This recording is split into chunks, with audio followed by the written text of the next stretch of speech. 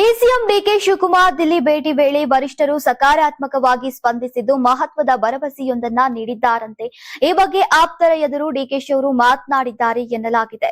ಸೋನಿಯಾ ಗಾಂಧಿ ನಿವಾಸದಲ್ಲಿ ರಾಹುಲ್ ಗಾಂಧಿ ಜೊತೆ ಸುಮಾರು 30 ರಿಂದ 40 ನಿಮಿಷಗಳ ಕಾಲ ಹೈ ವೋಲ್ಟೇಜ್ ಮೀಟಿಂಗ್ ಅನ್ನ ನಡೆಸಲಾಗಿತ್ತು. ಆ ವೇಳೆ ಇತರೆ ನಾಯಕರು ಕೂಡ ಉಪಸ್ಥಿತರಿದ್ದರು. ಎಲ್ಲರ ಎದುರು ರಾಹುಲ್ ಭರವಸೆ ನೀಡಿದ್ದಾರೆ.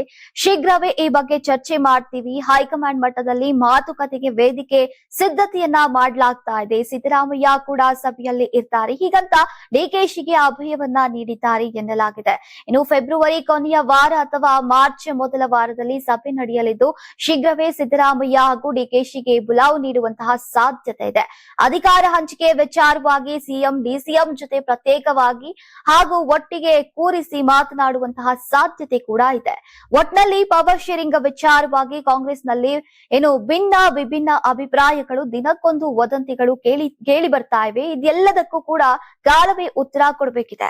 ಯಾರಾಗ್ತಾರೆ ಎಂಎಲ್ಎ ಅಭ್ಯರ್ಥಿ 2028 ಶೀಘ್ರದಲ್ಲೇ ಪ್ರತಿದಿನ ಒಂದೊಂದು ಕ್ಷೇತ್ರದ ಟಿಕೆಟ್ ಆಕಾಂಕ್ಷಿಗಳ ಸಂಪೂರ್ಣ ಮಾಹಿತಿ ಪೊಲಿಟಿಕಲ್ ಜರ್ನಲಿಸ್ಟ್ ಕೆಎಂ ಶಿವಕುಮಾರ್ ಅವರಿಂದ ಕರ್ನಾಟಕದ ನಂಬರ್ 1 ಡಿಜಿಟಲ್ ಮೀಡಿಯಾ ನಿಮ್ಮ ನೆಚ್ಚಿನ ಕರ್ನಾಟಕ ಟಿವಿಯಲ್ಲಿ ಮಾತ್ರ. ನೀವು ಸಣ್ಣ ಆಗ್ಬೇಕಲ್ವಾ? ಅದು ಒಂದು ಉತ್ತಮ ಆಹಾರದಿಂದ ಸಣ್ಣ ಆಗ್ಬೇಕಲ್ವಾ? ಪ್ರತಿದಿನ ನಮ್ಮ ಜೀನಿ ಸ್ಲಿಮ್ ನ ಯೂಸ್ ಮಾಡಿ ಯಾವುದೇ ಸೈಡ್ ಎಫೆಕ್ಟ್ ಇಲ್ದಂಗೆ ನೀವು ಸಣ್ಣ ಆಗ್ತೀರಾ.